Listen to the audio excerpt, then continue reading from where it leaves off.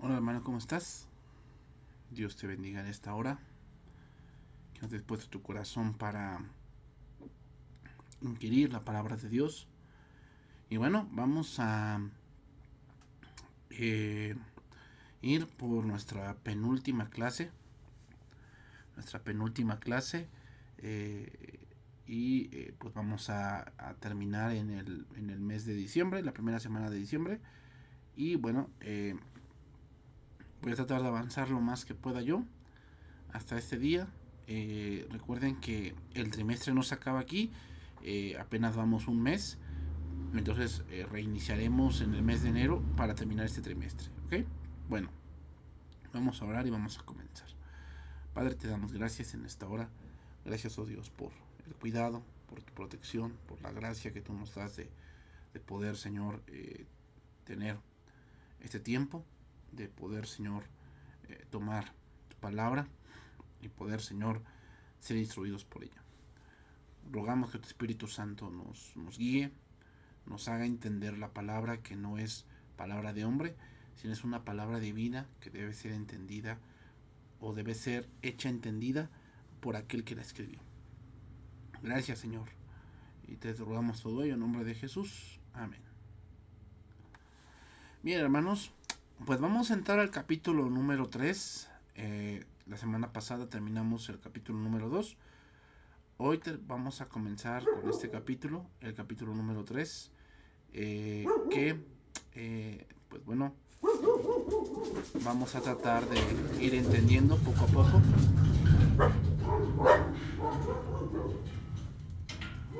Y bueno, ¿qué nos prepara el capítulo 3? Bueno, ya vimos que hay varias riquezas dentro de la iglesia, las cuales vienen a través de Jesucristo. Por eso dice la palabra que solamente hay un Dios y un mediador entre Dios y los hombres. O sea, solamente en Cristo vamos a encontrar estas riquezas, hermanos, y tenemos acceso a las bendiciones de Dios, no por buenas obras o por guardar ciertos días o guardar ciertas fiestas, no, hermanos, sino que es a través de eh, Jesucristo. Entonces tenemos que conocer a Jesucristo para saber qué es lo que Dios nos ha otorgado. ¿Okay? Escuchaba yo a un pastor hace unos días en una conferencia que él daba y dijo algo que me dejó pensando y dije, es verdad lo que él dice y eso llama a esforzarnos. Él decía, generalmente a veces es obvio que desconozcamos un tema de algo, ¿no? Por decir, a lo mejor desconocemos un poco sobre la depresión, ¿okay? Y entonces, a veces lo común que hacemos es buscar a un psicólogo que supuestamente es experto, ¿no? en ese tema. ¿Cuál es el problema con eso? El problema con eso es que dejamos de lado las escrituras, pensando que Dios no pensó en ese problema del ser humano. No pensó en eso. O sea, cuando Él estaba dictando la Biblia, Él estaba inspirando las escrituras, se le olvidó ese punto, ¿no? Y obviamente que no, hermanos.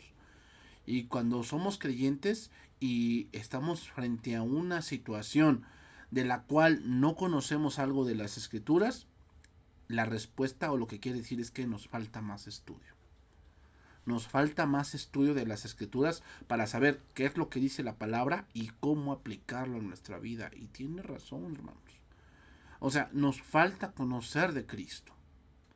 Y ese es el problema hoy de mucha gente que se dice cristiana, que está asistiendo a una congregación, pero que lamentablemente cuando se trata de ciertas cosas personales, va y consulta al mundo, ¿no? Diciéndose el cristiano. Diciéndose el cristiano, va y consulta al mundo. Y en el mundo, pues obviamente le van a dar alguna respuesta que no lo lleva a Dios. Lo va a llevar a él mismo.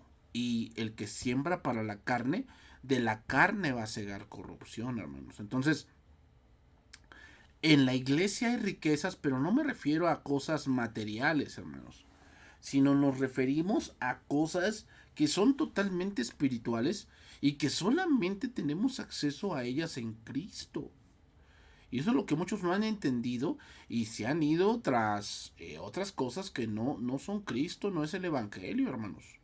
Y es lamentable porque piensa la gente que porque si en cierto lugar hay muchas personas, entonces aquí debe estar la verdad. No necesariamente. Siempre en las escrituras la minoría eran los que seguían a Dios y la mayoría pues no. Entonces, hermanos, en el capítulo 3 como una introducción a este capítulo, ya hemos visto la unidad potencial de la humanidad a través de la obra hecha por Dios en Cristo Jesús. Los judíos y los gentiles pueden llegar a ser un solo pueblo en la iglesia cristiana, el templo de Dios mediante el Espíritu Santo. Ahora Pablo intenta ofrecer una oración por sus lectores a fin de que sean fortalecidos interiormente y que puedan disfrutar de las más altas posibilidades de la vida nueva en Cristo. Sin embargo, es interrumpido por el pensamiento del llamado de los gentiles y su ministerio a ellos. Es decir, como lo decíamos la sesión pasada o hace unas sesiones, el llamado extraordinario de Pablo es una evidencia de que los apóstoles han cesado. ¿Okay? O sea, como les dije, la excepción no hace la regla, sino más bien confirma la regla. ¿Okay? La regla es esta. Hay algunas excepciones a veces, sí, hay algunas excepciones y Pablo fue una, pero eso solamente confirmó que ahí se terminó. El desarrollo doctrinal que el apóstol lleva a cabo en estos primeros capítulos de la epístola, en el capítulo 1, la meditación del apóstol sobre las riquezas de las bendiciones de Dios. En el capítulo 2 vimos ha dado un paso más en el desarrollo de este gran tema del designio de Dios en Cristo, al hablar de la asombrosa gracia de Dios en traer una nueva vida en Cristo a los que estaban muertos en el pecado y del significado de gran alcance de la reconciliación conjunta que se muestra en la iglesia, una unión entre judíos y gentiles para formar un solo pueblo. Pero ahora en el capítulo 3, él prorrumpe en loor al ser el vocero o a ser el mensajero de este gran mensaje. Recordemos que el apóstol Pedro fue un apóstol enviado a los judíos o a los de la ley y el apóstol Pablo a los gentiles. ¿Okay? Bien, entonces vamos a iniciar en el versículo 1. Ahí tenemos como título Ministerio de Pablo a los gentiles. Por esta causa yo, Pablo, prisionero de Cristo Jesús por vosotros los gentiles. Pablo introduce aquí la causa de la oración de Pablo. La causa es lo que dice en Efesios capítulo 2, versículos del 15 al 22, que ya lo leímos. Solamente voy a leer algunos pasajes.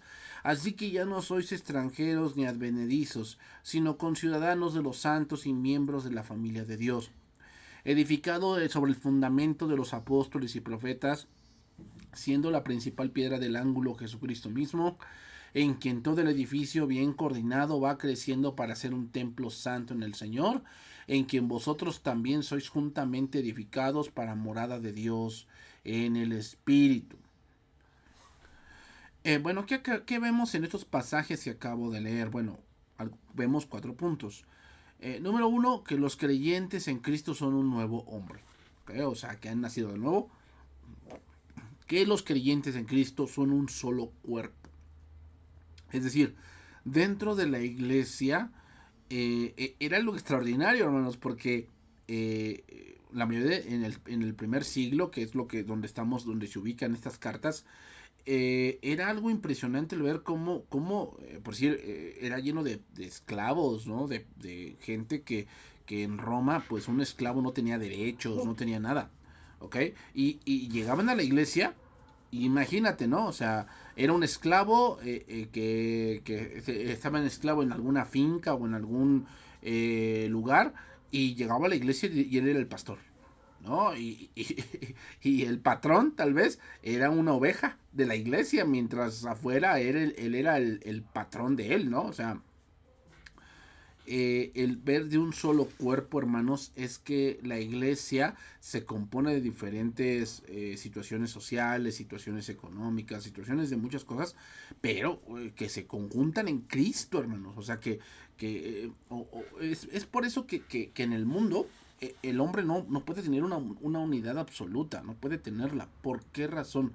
Por ese tipo de razones. O sea, por el punto de la... de la de la economía, la zona en la que viven, el trabajo que tienen, el coche que tienen, los estudios que tienen. Entonces, se dan cuenta, o sea, eso sí, eso hace imposible la unidad dentro del mundo. ¿Por qué razón? Bueno, porque todo eso va al ego, ¿no? O sea, la gente se siente más porque pues, tal vez tiene un título, porque tal vez tiene cierta posesión, cierto nivel económico, o sea, muchas cosas contribuyen contribuyen a eso. ¿Okay? Entonces, los creyentes en Cristo son un solo cuerpo. Otro punto es que los gentiles por Cristo son acercados a Dios. O sea, los gentiles que estaban lejos, que ellos no seguían la ley, no seguían las fiestas, no eran circuncidados, no se guardaban de ciertas comidas. O sea, los gentiles pues vivían en un libertinaje total. Ahora Cristo los ha hecho cercanos a Dios.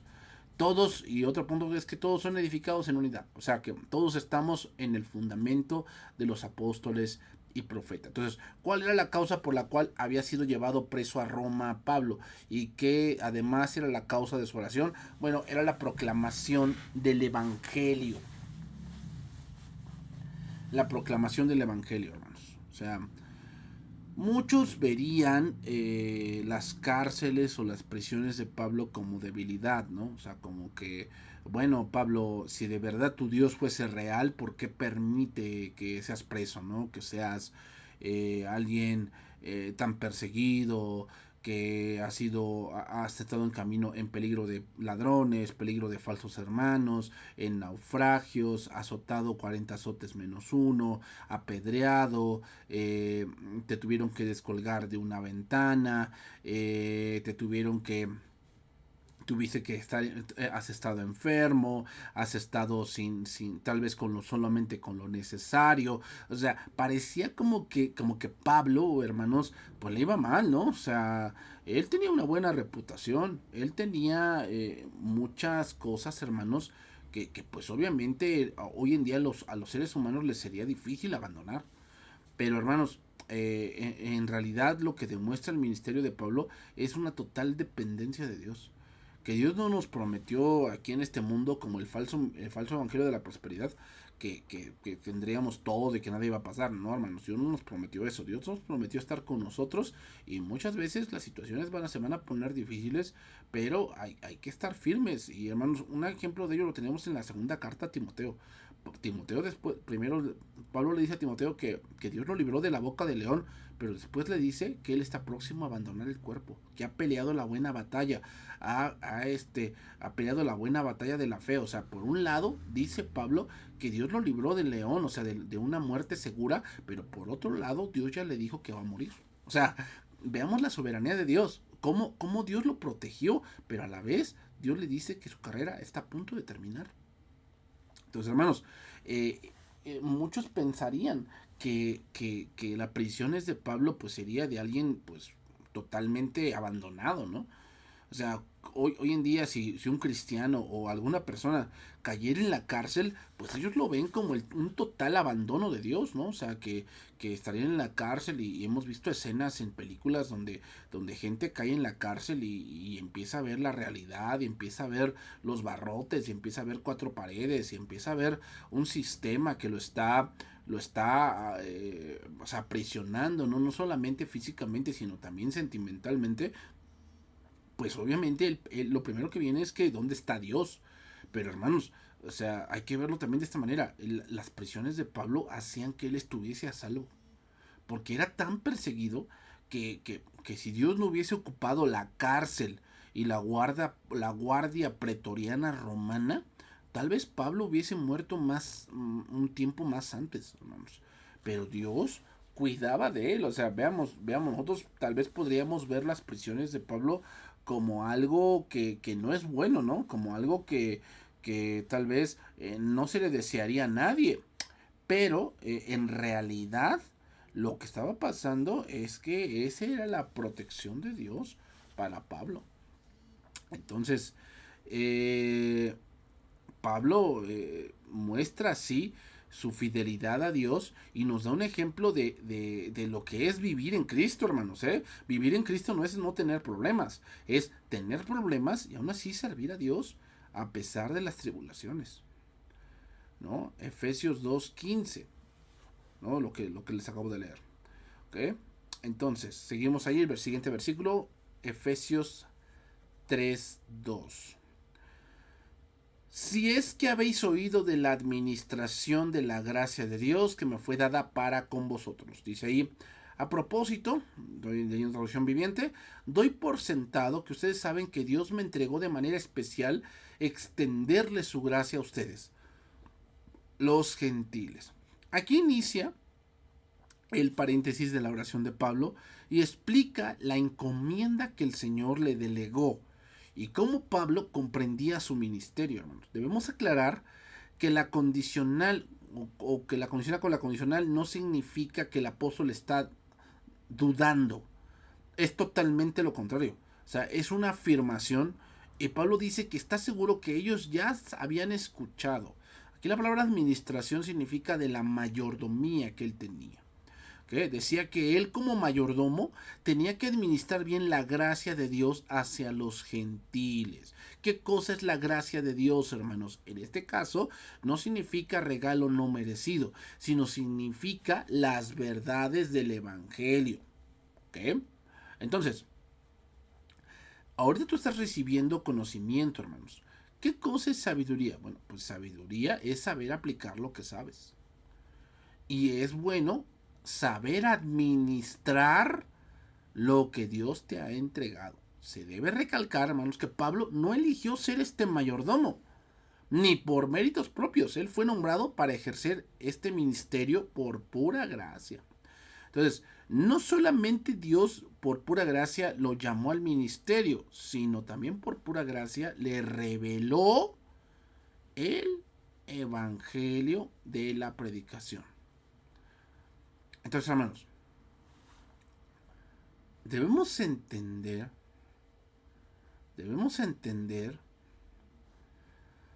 que nadie es llamado por méritos propios. Yo a veces yo no he entendido el por qué, y yo lo he visto que llamamos o que Dios llama a cierta persona dentro de la congregación. Y hay gente que no le parece, ¿no? Que no le parece y tienen sus ciertas pensamientos y sus ciertas dichos, ¿verdad? Y eh, sus ciertos habladurías y no sé qué tanto rollo. Pensando que esto es como la política, ¿no? O esto es como que, yo no digo que no se dé, pero que es el consentido del pastor, ¿no? O que es su conocido. Y hermanos, al final, si así fuese, Dios lo va a quitar. ¿Por qué? Porque Dios no tiene compadres. O sea, tal vez el pastor los tenga, pero Dios no lo tiene, hermanos. Y si el pastor llama a alguien que no está listo, pues va a tronar. Va a tronar, hermanos. O sea, pero esto no es la política. O sea, eso me sorprende a veces de la iglesia, que Dios llama a ciertas personas y ellos buscan la manera de eh, desacreditar el llamado de Dios. O sea, no están contra el pastor en sí, sino están contra Dios mismo. Y eso es lo que también estaba pasando con el llamado de Pablo, hermanos. O sea, los falsos atacaban el llamado de Pablo, pero no atacaban a Pablo en sí, atacaban a Dios, quien lo había llamado y que también lo había revelado el Evangelio. ¿Y cómo se confirmó el Evangelio, hermanos? Por medio de señales y prodigios. O sea, Pablo hacía milagros también. Hacía milagros y eso confirmaba el mensaje que él daba. Y los falsos apóstoles no hacían eso. Simplemente se iban por la parte de atacar la persona de Pablo. Y eso, pues obviamente trajo una consecuencia muy grave, hermanos. Muy, muy grave. Entonces, hermanos, tenemos que entender que Dios hace el llamado y Dios tiene que confirmarlo también. Así como fue con Pablo. Pablo, Dios lo llamó. Dios lo llamó, se cayó del caballo, estuvo ciego, después Ananías fue y lloró por él, se le cayeron como escamas y luego él no dijo, Dios me llamó para ser apóstol, no, hermanos, sino que eso se confirmó por la revelación que Dios le dio, por eh, el respaldo de los apóstoles que sí estuvieron con Cristo, pero tercero, porque pues obviamente las señales de apóstol se hacían a través de la mano de Pablo. Entonces, eh, hermanos, Pablo lo que está diciendo acá es que él recibió un ministerio y el estar predicando en sus viajes misioneros era la administración del llamado que Dios le estaba haciendo. Entonces, hermanos, aquí debemos entender algo. O sea, el llamado no es porque sabes mucho. ¿Okay? No es porque sabes mucho. O sea, muchos se dejan ir por esa idea de que, ay, hermano, usted ya sabe mucho. ¿Por qué usted no lo ponen como maestro? Ay, hermano, usted ya sabe mucho. ¿Por qué usted no lo ponen como líder de acá o de acá o de acullá? Y piensan que eso es lo suficiente, hermanos, saber mucho. Pues te voy a decir algo. El saber mucho no es sinónimo de un llamado. No, hermanos. O sea, más que saber mucho, necesitamos carácter. ¿Y sabes cuál es la parte de madurar, hermanos? ¿Sabes cuál es la parte de madurar? Madurar quiere decir que sabes pensar bíblicamente. Si tú no sabes pensar bíblicamente, tú no estás listo para algo más. O sea, vas a querer solucionar las cosas en un pensamiento, pues simplemente eh, terrenal. Y hermanos, Pablo tuvo que enfrentarse a muchas cosas.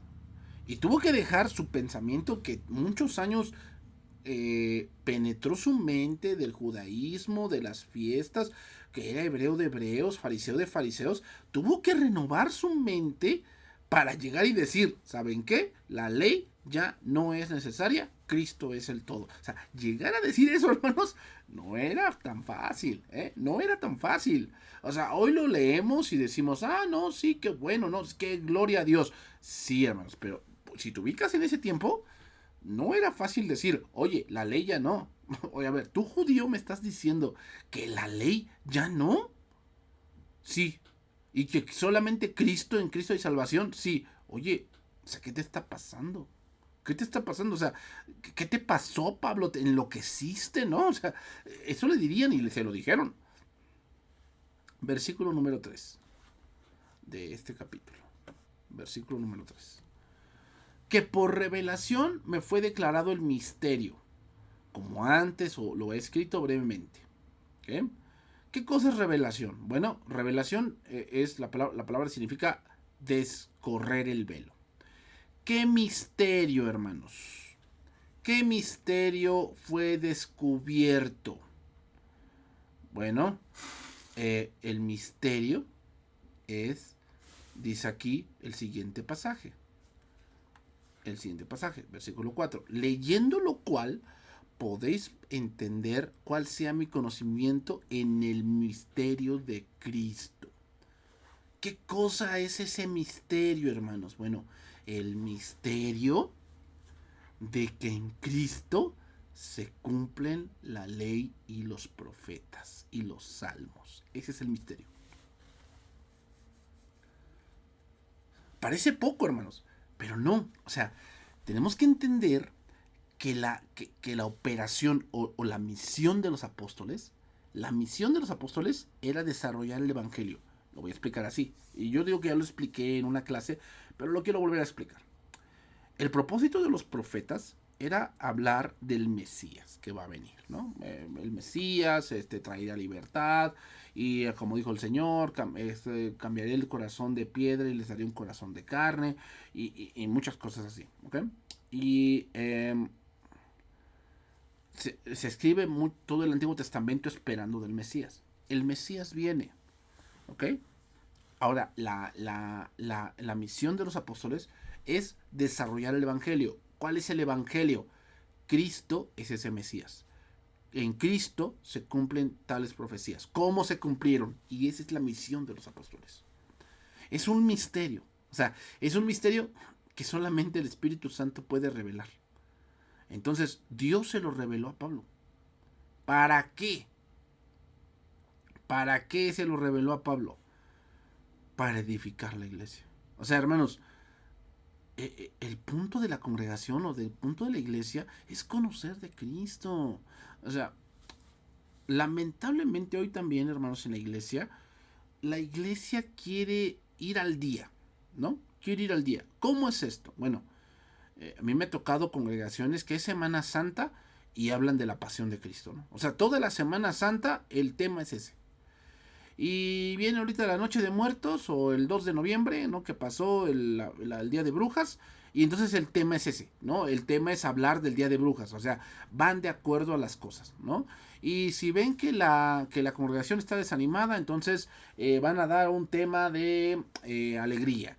Y si ven que la congregación no da dinero, entonces van a dar un tema de la avaricia, ¿no? O sea, se dan cuenta, o sea, se van yendo de acuerdo a cómo ven las cosas y no lo que la iglesia necesita. ¿Qué es lo que la iglesia necesita? Conocer a Cristo.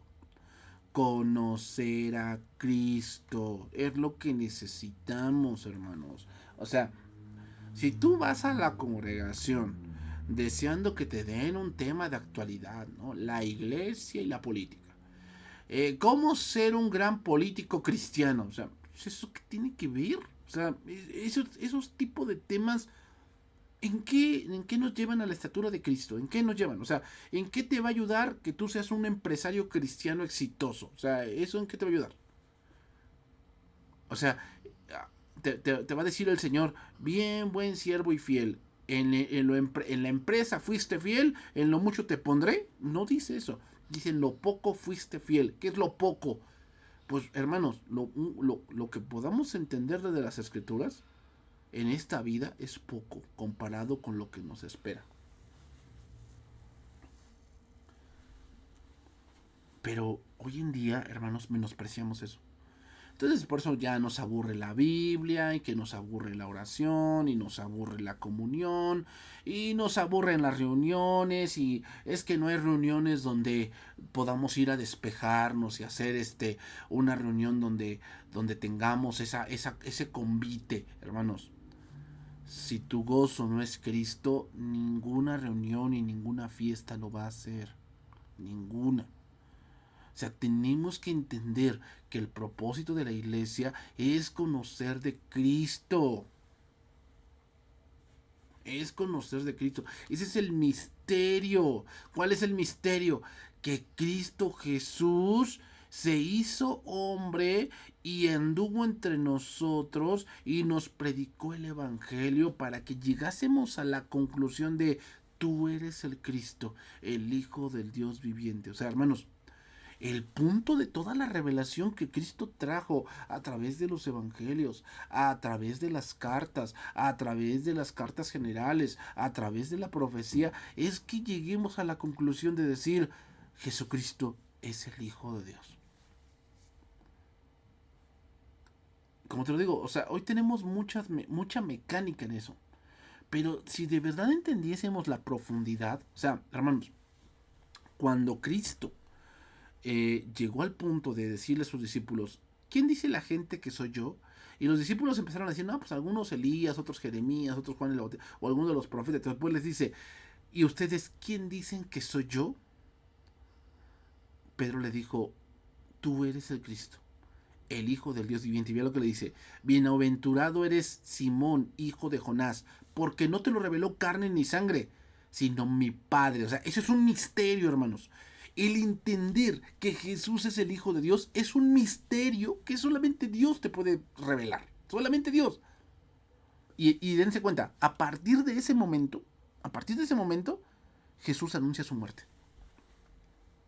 ¿Por qué razón? La razón es Porque la revelación que Jesús trajo y que ya uno llegó al pleno entendimiento de que Jesús es el Hijo de Dios, era ya suficiente para la humanidad. Entonces, hermanos, todo lo que hoy tenemos de las escrituras, si tú lees la Biblia y tú lees los evangelios y lees toda la Biblia, hermanos, tienes que llegar a la conclusión de que Jesús es el Hijo de Dios. Tienes que llegar a esa conclusión.